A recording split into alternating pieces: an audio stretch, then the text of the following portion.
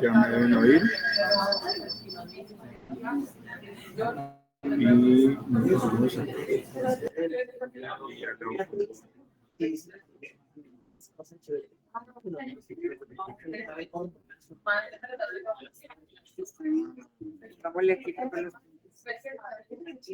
No, aquí, configuración de diferencia. Leí la primera.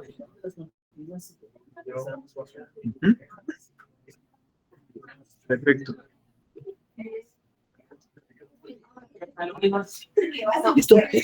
Para preguntar a Cristian.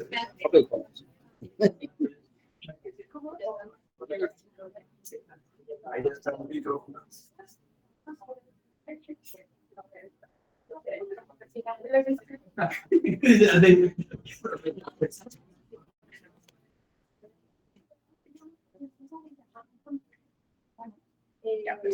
Hola, buenos días a todos. Gracias por estar aquí, los que están conectados y los que están presentes. Hoy tenemos el gusto de tener al profesor Cristian Andrés Rojas, pediatra, neurólogo infantil, profesor del Departamento de Pediatría. Además, tiene una maestría en salud pública. El doctor Cristian nos va a hablar sobre perlas en electroencefalografía neonatal. Cristian, bienvenido.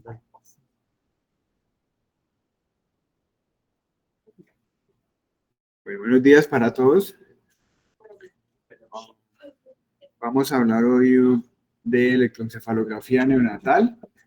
Muchas gracias a los neonatólogos por cederme el espacio. La idea es, pues, dialogar un poco alrededor de algo que ya es como una unidad, que lo solicitamos a diario, pero que vale la pena que en ese diálogo de saberes sepamos bien en qué consiste lo que cada uno hace, las ventajas y las desventajas de la electroencefalografía neonatal, que por supuesto tiene unas características diferentes a cualquier otro grupo etario, tal cual como la neonatología se separa de la pediatría. Vamos a revisar algunas características del periodo neonatal que necesitan ser consideradas en cuanto a la neurofisiología cerebral para la interpretación del electroencefalograma en el recién nacido, a describir brevemente algunos de estos cambios y a saber cómo se interpretan. No hay como conflictos de interés. Esta es una gráfica que muestra de manera simplificada cómo es el desarrollo de la corteza cerebral. Abajo están las semanas, ¿sí? De tal forma que más o menos alrededor de las 25, 26 semanas no tenemos la posibilidad de hacer registros antes, pero con esa viabilidad neonatal ya tenemos una sustancia blanca y una sustancia gris que contiene todas las capas, ¿sí?, de la corteza cerebral, pero que no contiene todavía las fibras que comunican un giro con el otro. Muchas de esas neuronas están solamente intercomunicadas entre ellas, pero no hay todavía una comunicación a larga distancia interlobular o interhemisférica, ¿sí? Por eso las crisis epilépticas en el recién nacido no son generalizadas, se quedan focales siempre. Entonces, a partir de esta línea roja en adelante es que nosotros podemos registrar desde el punto de vista electroencefalográfico qué está pasando. Y los hallazgos en la electroencefalografía dan cuenta de unos cambios estructurales que va teniendo la corteza cerebral. Esta es otra gráfica que muestra un proceso que se llama giración, ¿sí?, o surcación. Son dos procesos similares, ya lo vamos a explicar, en los que aparecen los surcos y los giros. Esta es una gráfica de un prematuro de 30 semanas, 40 semanas y un adulto. Y cómo masivamente, ¿sí?, entre el segundo y el tercer trimestre, los procesos de giración se van dando y le dan el aspecto al cerebro parecido al del adulto, ¿sí?, de tal forma que un prematuro de 30 semanas tiene un cerebro, en términos de la corteza, muy liso, ¿sí?, casi lisencefálico, ¿sí? Solo tenemos la cisura central y la cisura de Silvio, y poco a poco, rápidamente, ese proceso se va dando para aparecer los otros giros que caracterizan a la corteza. Y ese proceso se llama opercularización. Actualmente la ínsula, que es esta que está en verde, uno la puede ver, ¿sí?, en el prematuro, y se van adosando los dos hemisferios para que se vuelva vecino el temporal, el lóbulo frontal y el parietal, de tal forma que la ínsula queda ya casi invisible en el adulto o epiléptico en el recién nacido a término. Ese proceso se llama opercularización, darle esta forma al cerebro para que el lóbulo temporal quede vecino del frontal y del parietal. Y la giración, que ya son todos los otros surcos, acá en el prematuro vemos que el cerebro es más liso y a medida que se forman los giros, tienen esa forma en U, ¿sí? Los surcos, y eso hace que cambien también los vectores que se detecta en la electroencefalografía, porque ya no tienes una corteza plana, sino una corteza con giros que va a producir distintos vectores desde el punto de vista electroencefalográfico. Entonces, por supuesto que hay una guía para la electroencefalografía continua en los recién nacidos. ¿Y quiénes van a necesitar? Recién nacidos en encefalopatía hipotémica, que estén en protocolo de hipotermia o no. En recién nacidos en quienes sospechemos, por supuesto, crisis epilépticas. Recordar que el 70% de estas crisis no tiene manifestaciones clínicas en este grupo etario.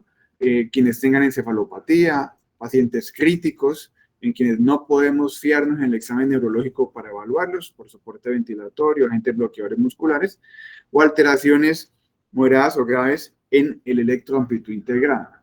Esto es una herramienta que va en paralelo con el electroamplitud integrada. ¿Por qué tenemos que aprender algo de electroencefalografía neonatal, incluyendo el electroamplitud integrada? Para apoyarnos en la evaluación de la edad postconcepcional, identificar las crisis neonatales o el estatus epiléptico neonatal, evaluar la encefalopatía o alteraciones focales, y evaluar la respuesta al tratamiento, y también tiene, por supuesto, un valor pronóstico. Esta es una tabla que nos muestra las epilepsias de inicio neonatal, ¿sí? Hay varios síndromes epilépticos que aparecen en esta edad, únicos, que no aparecen en otros grupos etarios, algunos con desenlaces muy favorables, como las crisis autolimitadas, que antes se llamaban benignas familiares, ahora es autolimitadas familiares o no familiares, y otras con un pronóstico menos favorable, que son las encefalopatías epilépticas y el desarrollo, como se conocen ahora, lo que antes se llamaba síndrome de Ohtahara y encefalopatía mioclónica temprana. Y otras alteraciones estructurales como holoprosencefalia, hidrocefalias de origen congénito, esclerosis tuberosa, alteraciones genéticas o metabólicas que pueden dar cuenta de epilepsias de inicio neonatal.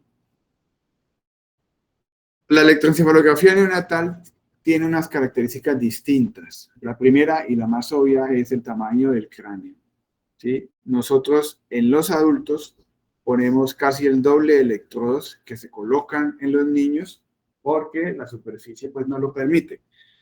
Y no solo por eso, sino que si la densidad de electrodos es muy alta, la electroencefalografía funciona igual que el ecocardiograma. Yo comparo un electrodo contra otro y es la diferencia entre esos dos lo que me va a generar una onda, ¿sí? Si los electrodos están muy cerca uno de otro, la diferencia va a ser muy pequeña y el voltaje o la onda que se va a ver va a ser muy baja. Entonces no la voy a poder ver por más que la amplifique.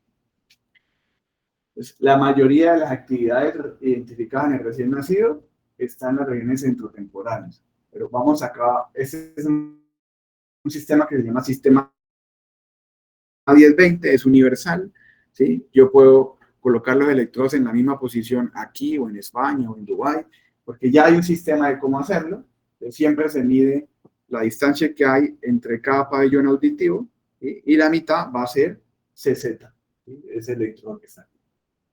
La distancia entre los dos pabellones auditivos está en nacio, acá está el íneo, en la región occipital, y eso va a ser CZ. Y luego voy midiendo los porcentajes. Ahí está la mitad entre CZ y pabellón, C4. Y así voy a poder determinar, ¿sí? Lo mismo entre el nacio y el íneo para colocar el resto de electrodos y que me queden siempre igualmente posicionados en todos los pacientes. Si ustedes se dan cuenta, a la mayoría de los electrodos están en esta región, la región centrotemporal, ¿sí? Los números impares son del lado izquierdo y los pares del lado derecho. Y la mayoría está en la región central porque allí es donde se detecta la mayor cantidad de actividad epileptiforme y de crisis en el recién nacido. Adicionalmente, en la electroencefalografía uno debería detectar al menos el electrocardiograma, puede colocar unos electrodos que se llama electrooculograma, y ya vamos a ver qué función tiene para evaluar los estadios del sueño, y puede colocar en algunos casos electromiografía, mandibular o en los deltoides. Y puede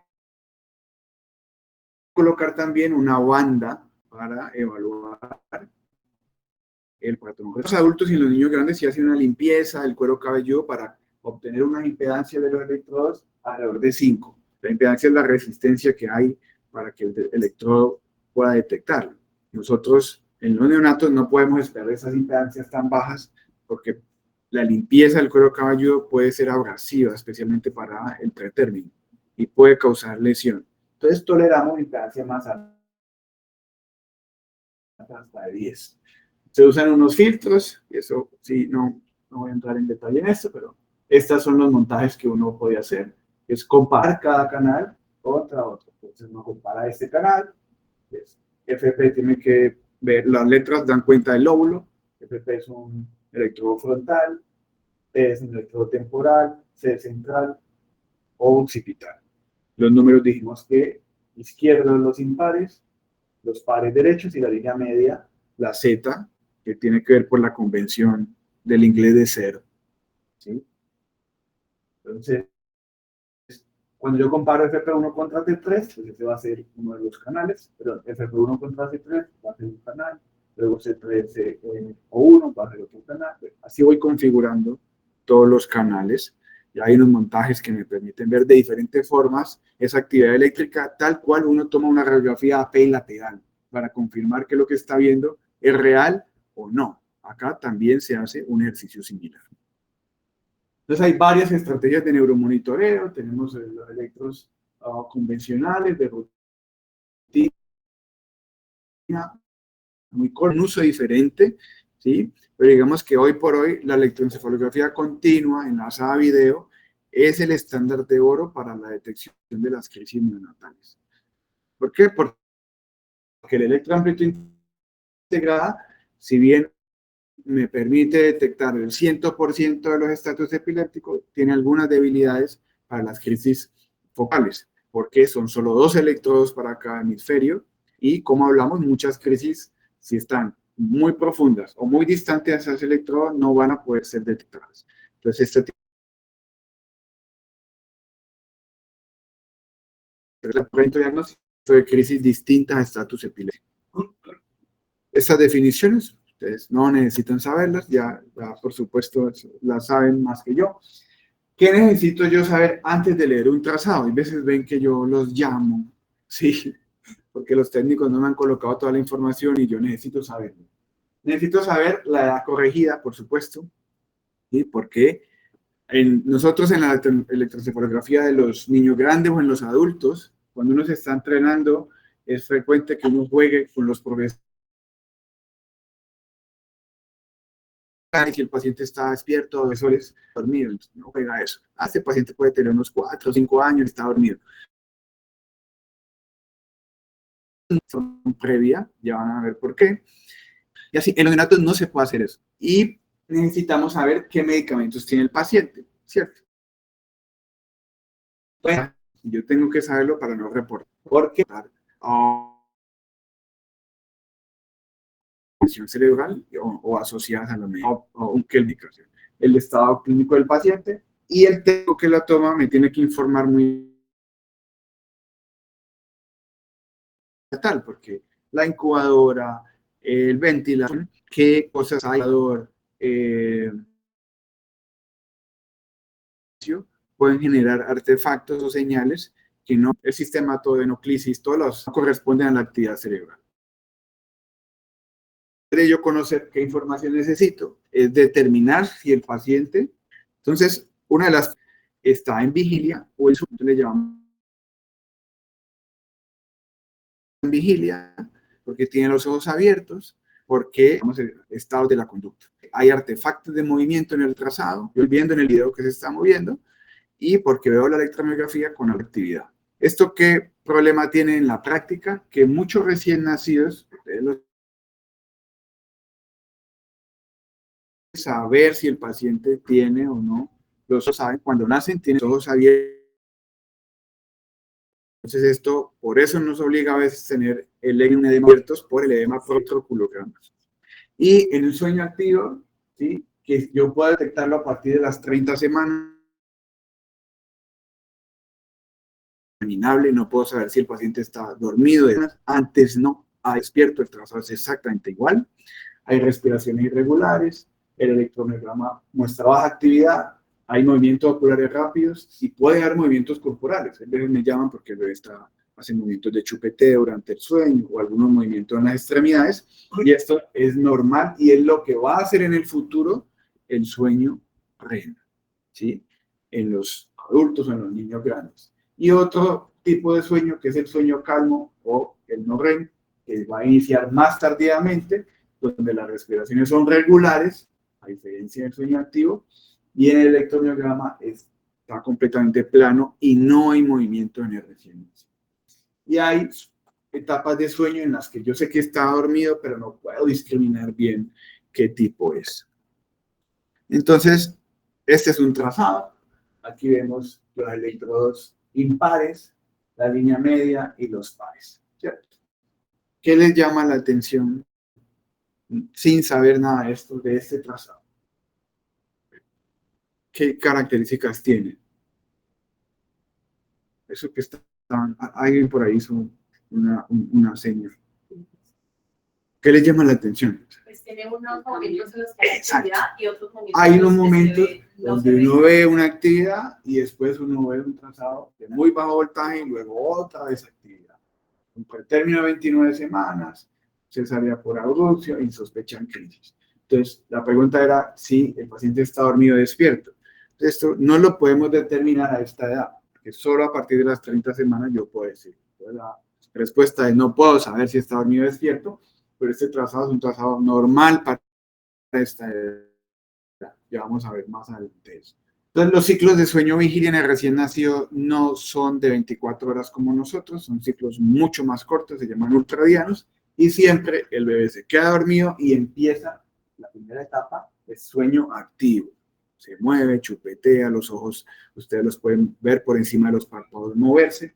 Después viene una etapa de sueño indeterminado, el sueño calmo, y luego otra vez sueño activo y se despierta. De tal forma que al principio la mayoría del sueño, casi el 50%, es sueño activo. Eso va cambiando a través del tiempo y va hablando de la madurez del cerebro neonatal, ¿sí? De tal forma que, yo les dije, antes de las 30 semanas no puedo saber si está dormido o despierto, pero después de la semana 30 yo puedo saber si el sueño activo o sueño calmo o sueño indeterminado. Miren que la cantidad de sueño indeterminado es muy grande al principio, que está en azul, y cada vez a medida que va madurando el recién nacido se va volviendo mucho más pequeña y ya los periodos de sueño activo se vuelven muy estables. Ya no hay unas carreritas, sino después de las 37 semanas ya está muy definidos los periodos de sueño y vigilia y las características se empiezan a asimilar a las de un niño grande o un adulto.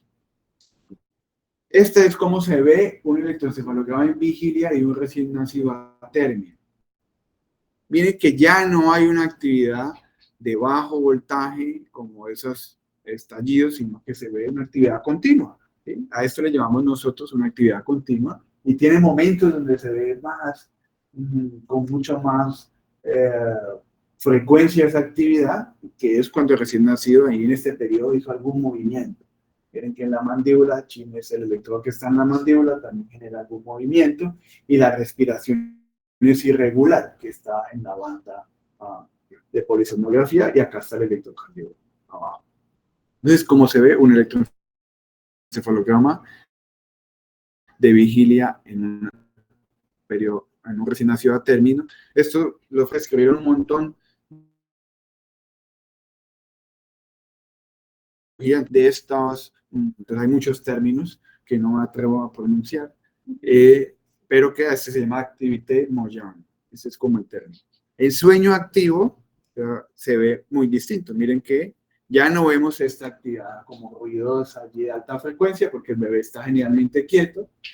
La frecuencia respiratoria se hace un poco más periódica. Y si mucho más sutiles, esto sigue siendo, ya es un bebé a término también, donde uno ve aquí un poco más de actividad que acá, por ejemplo.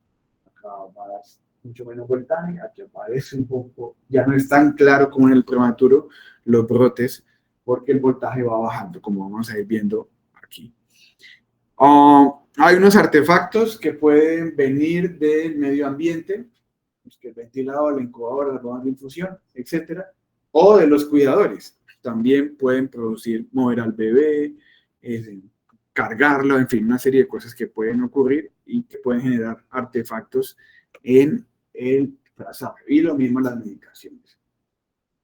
Entonces, este es un trazado, aquí lo mismo. Los electrodos izquierdos, línea media, derechos, el EKG, pues, recién nacido a término de un mes, me encuentran con cianosis y interrogan por la posibilidad de un brote. Entonces ahí vemos esa actividad que llama la atención, muy periódica ahí, pero solo está en un electrodo, que es FP1. Normalmente cuando la actividad de origen cerebral, uno ve electrodos contiguos con la actividad. ¿Sí? Porque es tal, al ladito de una onda más chiquitica, al ladito, ¿sí? Hay un gradiente. Aquí solamente ve uno esta actividad en el electrodo FP1. Y es porque se ha soltado. Se suelta un poquito y me genera esto y hay que llamar al técnico y el técnico revisa y lo vuelve a colocar. Ese es un artefacto. ¿Sí? Y aquí hay otro artefacto, que es en T8. Hay una actividad que coincide exactamente con el EKG en cada uno. ¿Sí? Aquí estoy. Si yo no tuviera el EKG, podría confundir esta actividad periódica con crisis. Por eso siempre hay que tener el registro electrocardiograma. ¿Qué vamos a ver normalmente en electroencefalografía? Si el trazado es continuo o discontinuo, ya vamos a ver qué es eso, si es simétrico, sincrónico, la amplitud, si es reactivo y ya algunos grafoelementos.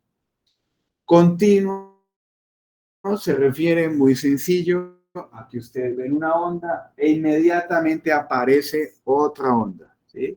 Se acaba esta y luego sigue esta.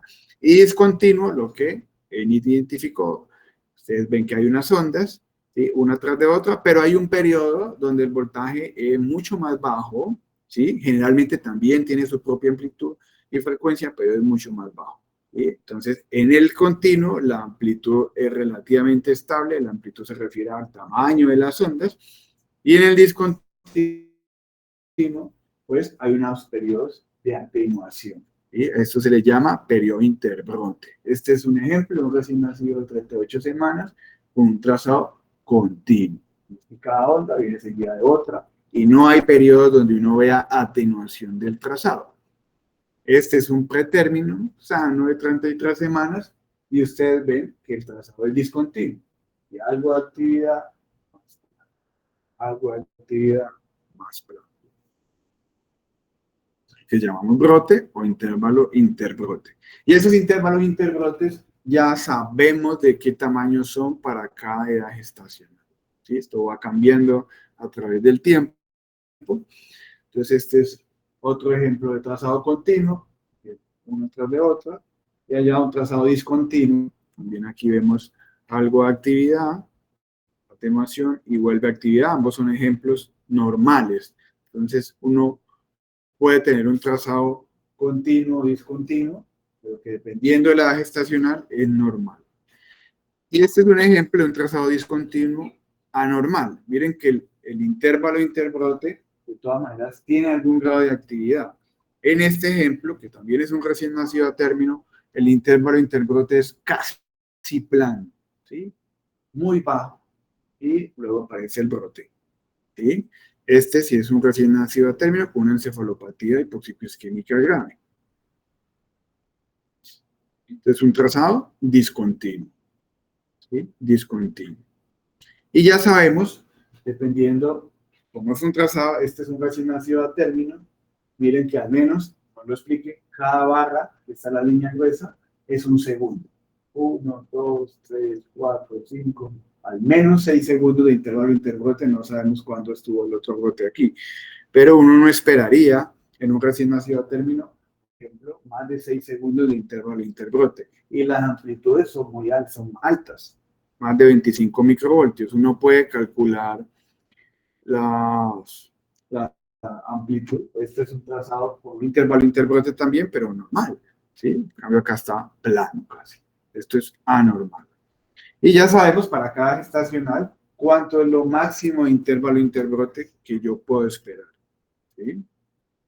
De tal forma que el concepto de lineal, entre menor edad gestacional, el intervalo interbrote es mayor. A medida que el niño va creciendo, el intervalo interbrote se va haciendo más estrecho hasta que se vuelve continuo, como lo vieron en el recién nacido a término. Este es un pretérmino de 34 semanas, presentan MEAs y lo solicitan para descartar crisis.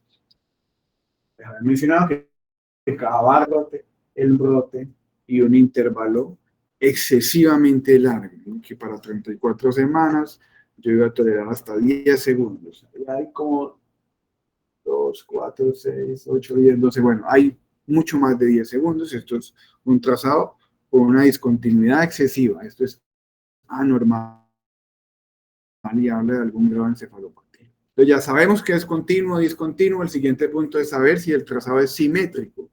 Y es que la amplitud, la frecuencia y las ondas que yo vea, que le llamamos grafoelementos, estén en ambos hemisferios.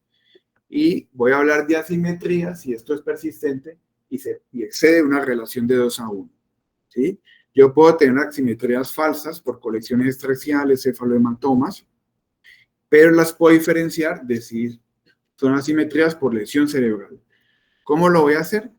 Si solamente lo único distinto es la amplitud, yo debo sospechar que los electrodos estén sueltos, que haya mucho de manescalpo o que haya alguna colección subdural, un higroma, un hematoma subdural, un limpiema, etc. Pero si es no solo la amplitud, sino la frecuencia y los grafoelementos, ahí yo ya me preocupo más y pienso en un stroke o una malformación cerebral. Entonces vamos a ver este ejemplo. Recién nacido a término femenina, 2 días de vida, consulta por crisis focal en el hemiscuerpo derecho. O sea, que si está en mi cuerpo derecho, yo voy a buscar en los trazados del hemisferio izquierdo, ¿qué voy a encontrar? Pues está izquierdo, derecho, izquierdo, derecho. El izquierdo está en rojo. Entonces, si a usted le llama la atención, la amplitud del lado izquierdo es menor. Y no solo la amplitud, sino la frecuencia de las ondas también. Entonces, este es un trazado con una asimetría patológica. Y adicionalmente tiene un artefacto, que es, si ustedes ven aquí, periódico, la actividad del EKG. Por la gravedad que en este trazado no le colocaron el EKG. Entonces quedo yo suponiendo eso. Muy bien. Lo siguiente es determinar la amplitud del voltaje. Eso se mide del tamaño de la onda, ¿sí? Y la amplitud de los brotes va a disminuir desde la semana 24 hasta el término. Entonces, esta es una gráfica que muestra. Yo tengo trazados o continuos o discontinuos. Eso ya lo sabemos identificar.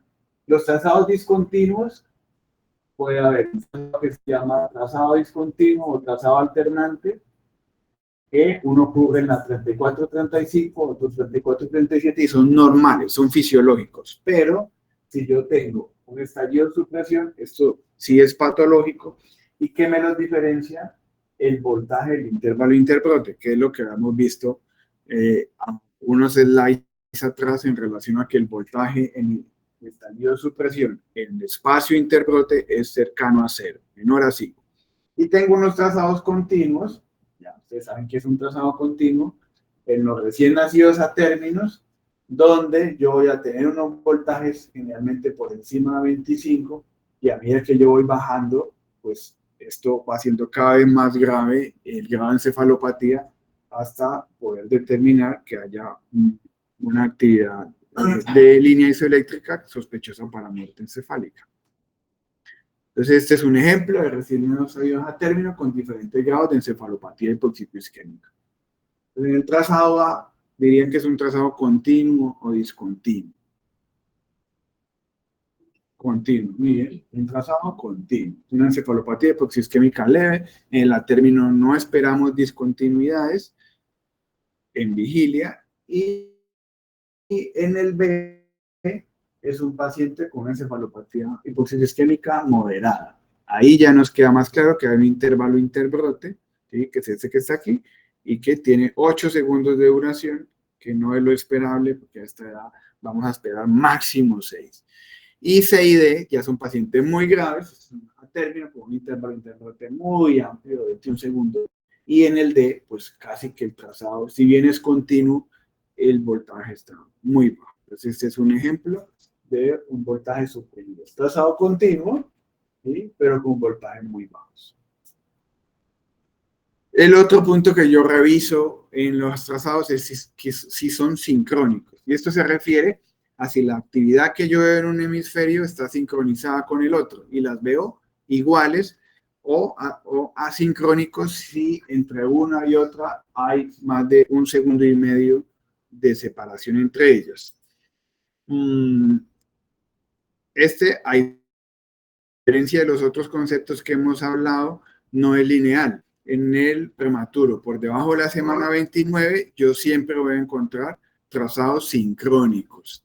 Entre la 31 y la 37 hay una asincronía relativa y después de las 37 semanas vuelve a ser completamente sincrónico.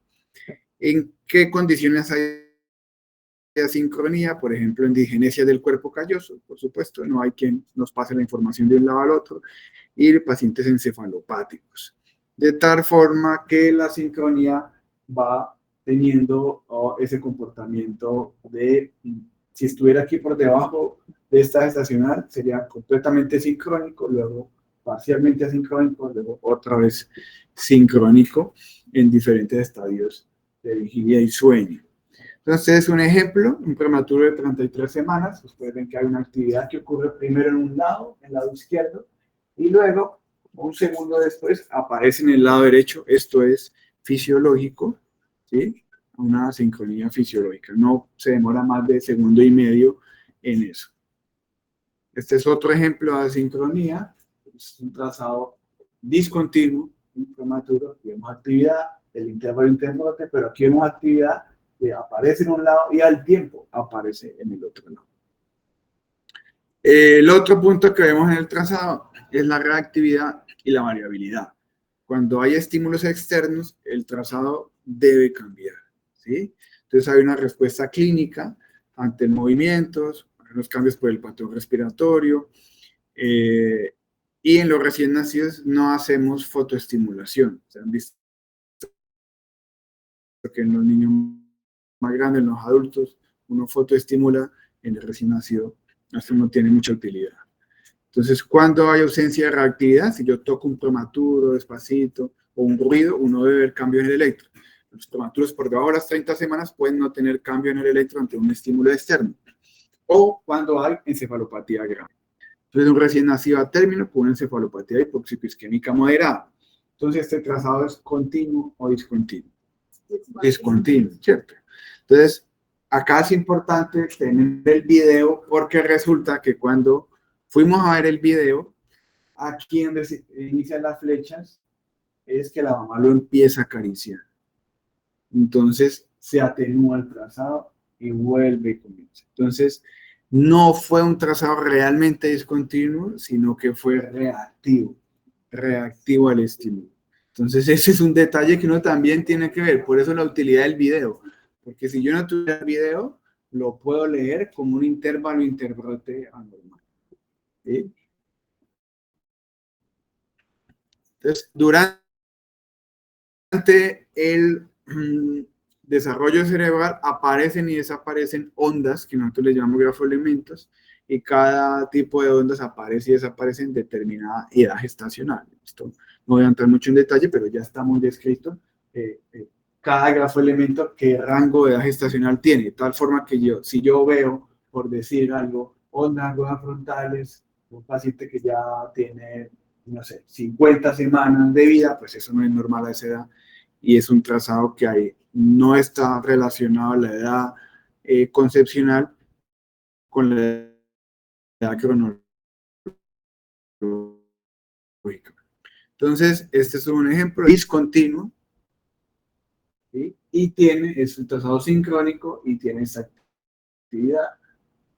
Esta actividad se llama los complejos delta, y es típica de esta edad, en 33 semanas, que lo caracteriza que ustedes ven una onda y en la subida de la onda un seguimiento. Eso es típico de esa, solo como por mostrarles uno. Ahora, si yo no tuviera la información química, puedo decir, este bebé tiene entre 30 a 36 semanas. No pudiera yo saberlo con precisión, pero si me dicen, no, es un bebé de 40 semanas, bueno, es un trazado que le llaman dismaturity, sería como dismaturidad o no sería maduro para la gestacional, y eso también hablaría de algún grado de encefalopatía. Entonces, en resumen, ¿qué tenemos? A medida que el electroencefalograma va avanzando, el trazado se va volviendo cada vez más continuo. Estos son los intervalos 21 semanas, brote, intervalo, brote, intervalo. Esto progresivamente va cambiando para que en el término tengamos un trazado continuo. La continuidad llega primero a la vigilia y después llega al sueño. Y otra cosa que va pasando es que el voltaje se va volviendo más pequeño y el intervalo interbrote se va cortando. Eso ya lo hemos mencionado como para resumirlo. Entonces acá está la edad gestacional. ¿Qué pasa con el intervalo interbrote? Se va haciendo cada vez más pequeño. La sincronía ya vimos que tiene este comportamiento no lineal. Y algunos grafoelementos pues van desapareciendo con la edad también. Esta es una tabla que muestra como ese resumen de la edad concepcional. Y vemos que al principio hay muchos trazados discontinuos en todos los estadios, tanto en vigilia como en sueño, y gradualmente van apareciendo las Cs cada vez más hasta que uno espera en un bebé término tener un trazado continuo. ¿Sí? Y existen unos momentos, como ya hablamos, para que desaparezca o no esos grafoelementos. Por debajo de las 30 semanas, en la última columna, generalmente el trazado no es reactivo. Yo toco al paciente, está conectado, no veo ningún cambio.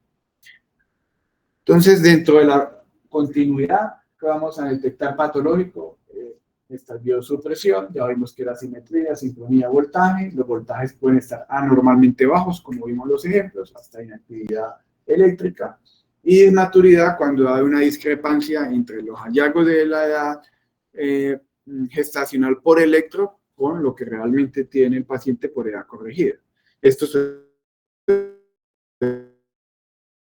es mucho en displasia broncopulmonar, por ejemplo. Actiforme en los recién nacidos, pues depende de varias cosas, de las características de las ondas, de la complejidad, de la amplitud, de la polaridad.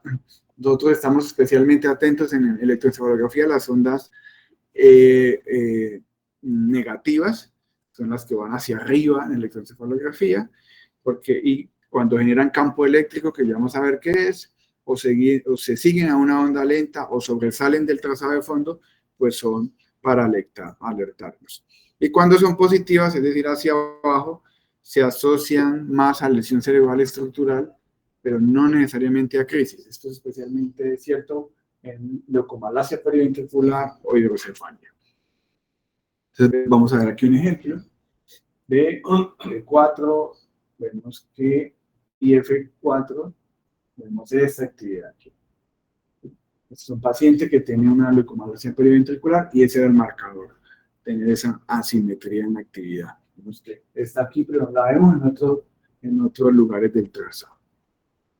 Y acá, lo mismo, este es el lado izquierdo, derecho, izquierdo, derecho, y vemos que hay una actividad que sobresale del trazado de fondo, esta que está aquí, acá la vemos también, allá más adelante, ¿sí? Que es una actividad epileptiforme focal en ambos frontales. ¿Sí? Lado derecho, lado izquierdo. Y lo que tiene más valor para nosotros es la identificación realmente de crisis, ¿sí? Que ya es una actividad eléctrica que es sostenida en el tiempo, que evoluciona, o sea, se va pasando de un canal a otro y que dure al menos 10 segundos. Esa es la definición, que esto es arbitrario, por supuesto, para nosotros decir que es una crisis electroencefalográfica. Usted ve, estas ondas, un paciente recién nacido término, un mes, cianosis perivocal, y interrogan por la posibilidad de Bruder. Y se ve que esta viene continuo y aquí empieza a haber una onda periódicas que van progresando. Entonces nosotros pensamos que era una crisis. Cuando vimos el video, no es una crisis, es el artefacto que ocasionan los padres cuando palmotean el niño. Entonces, cada onda era un palmoteo. ¿Sí? Me genera ese artefacto. ¿Cómo me doy cuenta también que es un artefacto? Miren que en el EKG está. ¿Sí? Entonces, si esto es actividad cerebral, no tiene por qué estar en el EKG, por supuesto. Es un artefacto que si yo no tengo el video, puedo leerlo mal. Este sí es un recién nacido femenino con una crisis focal derecha, donde se ven una actividad como periódica, esa que está aquí, de unas ondas. Ya sabemos clínicamente que era focal del hemicuerpo derecho, entonces fuimos a ver en el izquierdo, aquí vemos los electrodos izquierdos que están en rojo, como vemos estas ondas periódicas, y también en la línea media, que son estos electrodos de acá abajo. Y como progresaba, veíamos que había periodos donde se empezaba a atenuar y volvía a aparecer. Acá también. Y acá es mucho más obvio ya, como en el lado izquierdo, pues esa actividad es constante. ¿Qué tenemos en la imagen? Pues un neonato con una encefalopatía y una enfermedad cerebrovascular isquémica. Este es otro ejemplo, recién nacido a término, masculino 25 días de vida, progresión y crisis, y ve uno llamativamente ante 3T5 una actividad distinta, de muy bajo voltaje pero alta frecuencia, que puede ser interpretada como actividad intelectual, y que la veíamos en muchos lugares en el trazado. ¿Sí? Y este correspondía a que la vemos ya como cambia, como progresa. En diferentes, una actividad multifocal, no respondía al fenómeno orbital, seguían pasando episodios de crisis. Acá también. Y un paciente en quien tuvo una respuesta favorable con piridoxina, probablemente una encefalopatía dependiente de piridoxina. Entonces, eso es lo grande que quería mostrarles. Entonces, lo más importante siempre saber que la interpretación del electroencefalograma neonatal depende de la edad concepcional y de algunas condiciones clínicas de recién nacido, por lo que cuando yo los llame, síganme contestando para saber cómo está ese bebé. Y lo segundo es que su interpretación incluye el análisis de todos los componentes que vimos, ¿sí? La simetría, la continuidad, la sincronía, la aparición o desaparición de esos grafoelementos que aparecen en determinada edad gestacional y que son una huella dactilar de cómo está ese cerebro en determinados momentos. Y la identificación de los ciclos de sueño-vigilia y la presencia o no de crisis. Muy bien, muchas gracias.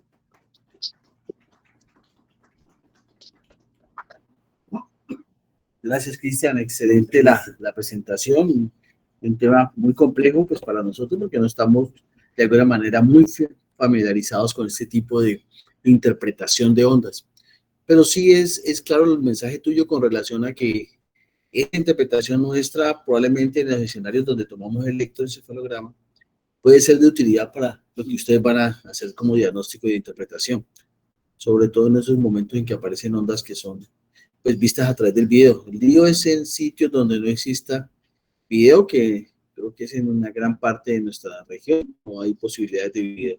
Ahí recurrimos al electro integrado ampliado o al electro normal. ¿Alguna recomendación de esos cuando no exista video? ¿Qué consideras allí? Porque hay elementos clínicos que nos pueden orientar a nosotros para mirar si eso está asociado o no a una convulsión. El caso de los prematuros, las apneas, lo otro que decía, los cambios a nivel del monitoreo electrocardiográfico. No sé si esos son los elementos. ¿Qué pensás? Sí, yo pienso que nosotros paulatinamente dentro del sistema de salud hemos ido avanzando gradualmente para obtener el óptimo cuidado de las unidades neonatales. Por ejemplo, no sé, la ventilación de alta frecuencia, la hipotermia y la monitoría NIRS. Y en algún momento deberíamos pues, tener también esta posibilidad en ese avance progresivo que está teniendo la tecnología. porque eso ya hay estudios de esto. Entonces, eso se llama, entonces la precisión, porque uno puede equivocarse tanto diciendo esto es una crisis y no lo es, como al contrario, diciendo que sí es y no lo era.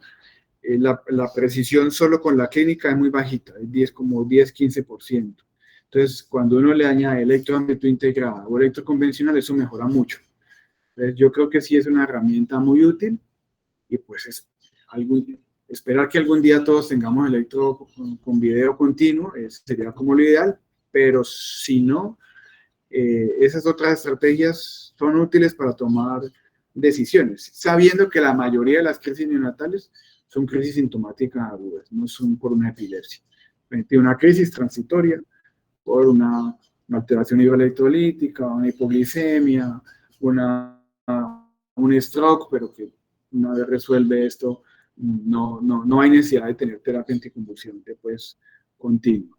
¿Sí? Entonces yo creo que tener eso en cuenta. Sí, porque ese sería otro tema después a discutir con relación a la interpretación de las crisis y el electro o las crisis solas y que algunos generan tratamientos a largo plazo de otras personas, ¿no? No sé si hay alguna pregunta de alguno de nosotros. Jorge, ¿qué contamos? Sí, Cristian, bueno, ¿hay algún factor predictivo dentro de la normalidad de un electro para secuelas neurológicas? O sea, afianza más con imágenes complementarias. ¿Sería el electro? Qué buena pregunta. Siempre hemos querido saber cuál es el mejor, la estrategia pronóstica más adecuada. Entonces, si yo tuviera solo un peso, pero tuviera que gastar en una estrategia, no elegiría una estrategia de neuroimagen, sino una estrategia funcional. Porque yo puedo tener imágenes normales con una alteración grave en la función, ¿sí? Eso nos pasa en errores innatos del metabolismo, en alteraciones genéticas donde el cerebro está normal. Entonces, para pronóstico está por arriba la identificación de los movimientos generales de recién nacido. Eso es muy útil y muy costo efectivo. Yo tengo un peso en el ejemplo que daba, entonces me lo va a gastar. Ahí para abajo sigue electroencefalografía y, Álvaro, si tiene la tarea, potenciales somatosensoriales o visuales o auditivos, ¿sí? Porque esos estudios funcionales tienen mejor rendimiento diagnóstico que la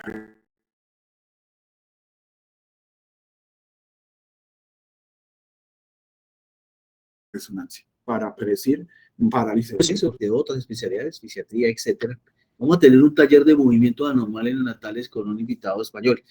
Hacer el taller es bien interesante con relación a esos movimientos anormales porque está una tendencia impresionante en este momento. Yo puedo utilizar entre comillas la palabra de moda, identificar movimientos anormales. Entonces el taller va a ser muy interesante para uno como estudiante y todos los demás que se están formando, que ya son especializados en el tema de evaluación neurológica de los bebecitos. Entonces esos talleres están siendo útiles, creo que Cristian está trabajando también en eso y generar ese tipo de educación es bien importante. No sé qué más preguntas, si aquí los que están conectados, ¿alguna pregunta? ¿No? ¿El taller, profe? El taller es el miércoles 28, o sea, el miércoles 28 de octubre, al precongreso.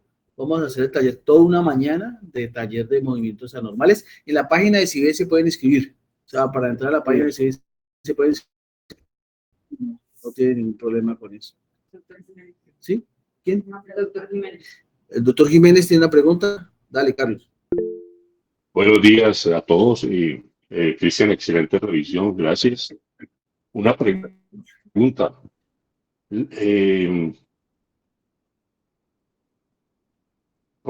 Procedimientos, pues como la resonancia magnética funcional y estas cosas, ¿qué utilidad pueden tener en los neonatos? No, tal vez si hay algo interesante ahora en el neuromonitoreo cerebral de recién nacido, y es lo que le llaman neuromonitoreo multicapa. Y es, usted tiene una información del electro, pero usted tiene que ya unirla con la imagen, con el NIRS. Entonces, ¿cómo ya juntando esta información, el pronóstico se afina? ¿sí? Y eso ahorita se va a disparar con la IA, ¿sí? El análisis de esos datos que llaman multicapa. Porque antes, ¿qué hacíamos? Pues solo nos daba para analizar el electro y el pronóstico. Y ahorita, no, yo puedo analizar el electro y la imagen y complejizar eso. Pero en ese orden de ideas uno podría pensar que eso es secuencial. Por ejemplo, NIRS nos detecta cambios metabólicos que todavía no se interpretan por ondas o probablemente por imágenes. Entonces uno puede de alguna manera generar diagnóstico secuencial en eso. Y el NIRS en eso ayuda mucho. O sea, digamos que puede ser dentro de los más tempranos para hacer diagnóstico. No sé qué pensás. Sí, sí. Aparte del NIRS tiene la ventaja de que llaman bedside al lado del paciente. No necesitas el mismo entrenamiento para leer un electro que para identificar el NIRS. Entonces es muy útil. Entonces, por ejemplo, en encefalopatía hipoxicloisquémica, nosotros todos deberíamos tenerle el NIRS y no molesta mucho con la electroencefalografía, porque uno puede correr los electrodos un poco para poder tener la monitoría dual. Sí, eso cada vez más estamos teniendo. Pero resonancia funcional todavía no, profe. De pronto hay una resonancia que sí se está investigando en encefalopatía hipoxicloisquémica, que es una resonancia que se llama de perfusión cerebral. La usan mucho en adultos para stroke. Entonces ya empiezan en neonato a dar información respecto a algunos patrones de hipoperfusión, pero todavía eso no está muy estandarizado y en pronóstico no es superior a lo funcional. Me acuerdo, Cristian, que hace años estuvimos trabajando con el grupo de biomédicas sobre biomarcadores en la asfixia y todo lo demás. Realmente eso se ha quedado quieto, ¿cierto? No han demostrado que puedan predecir un resultado neurológico temprano o tardío, no sé qué es. Yo creo, sí, no, lo último está en eso, en lo multicapa, porque es, por ejemplo, crear escalas como, es un ejemplo de los adultos, pero todos lo conocen, ¿no? Es escalas como el Apache. Entonces, que usted tiene algo clínico, algo serológico, algo imaginológico, o sea, ese tipo de escalas que uno incluye varias fuentes de información, es como lo que estamos buscando, ¿sí? Una pregunta, ¿qué papel tiene la cartografía precisamente para evaluar pronósticos? No la he leído como pronóstico aquí, pero en neurocirugía la usan sobre todo para evaluación prequirúrgica, para no llevarse algunos tractos en algunas cirugías, exacto. Pero neonatos, todavía no. No sé si nos quiere compartir algo de los potenciales que encontró. Pues si me da tiempo. Claro, dale, Un segundito. Lo que mira, tipo, no, era así. Sí, chévere, lo podemos programar para prepararlo y es interesante. Claro, porque los potenciales son una alternativa. O sea, cuando uno tiene el electro, yo puedo tener los potenciales auditivos, visuales o somatosensoriales, y eso me da pronóstico. Pero de todos nosotros no estamos tan sensibilizados con el tema. En estos días veíamos con Enid un paciente que tiene probablemente una lesión de atrofia del nervio óptico y puede tener lesión a nivel de toda la vida visual. Y la interpretación de esos potenciales y todo lo demás, creo que a nosotros en nuestra propia formación todas nos cuesta. Entonces sería bueno tocar el tema y revisar eso porque cada vez tiene más connotación por lo que decís, todo suma realmente para el resultado. Sí, pues básicamente los potenciales auditivos, porque si hay alguna alteración de la vida visual, pero no la topografía exacta. Ya. Para eso se utiliza más. Exacto. Entonces uno muestra, llega el estímulo, llega el estímulo. Ya. Y pues los estímulos básicamente van a ser prácticamente en niños solo gafitas, glóbulos, estímulos luminosos. El niño esté dormido, ojalá dormido, porque al no moverse tanto, como estamos selectos de copa, es muy fácil que se mueva y eso empieza pues a pitar impedancia, entonces aparece el trazado muy suave, por así decirlo. Pero simplemente nos permite evaluar la integridad de la vía visual. A diferencia, por ejemplo, del somatosensorial, que se le dice a uno más o menos, bueno, que pone electrodos a determinado nivel, tanto medular como cortical, como precisamente en la estructura periférica, pues sí, nos permite uno decir, bueno, el daño no está en el nervio periférico, sino en la médula. Entonces sí sería chévere preparar bien eso con Nos contás. el tema. Listo. ¿Qué nos decís? Ok. Bueno, no, muchas gracias. Dentro de 8 días creo que no tenemos tema, ¿cierto? Porque está el Congreso de ASCON y en 15 días nos vemos con un nuevo tema que estamos preparando. Gracias. Chao, nos vemos en 15 días. Espero.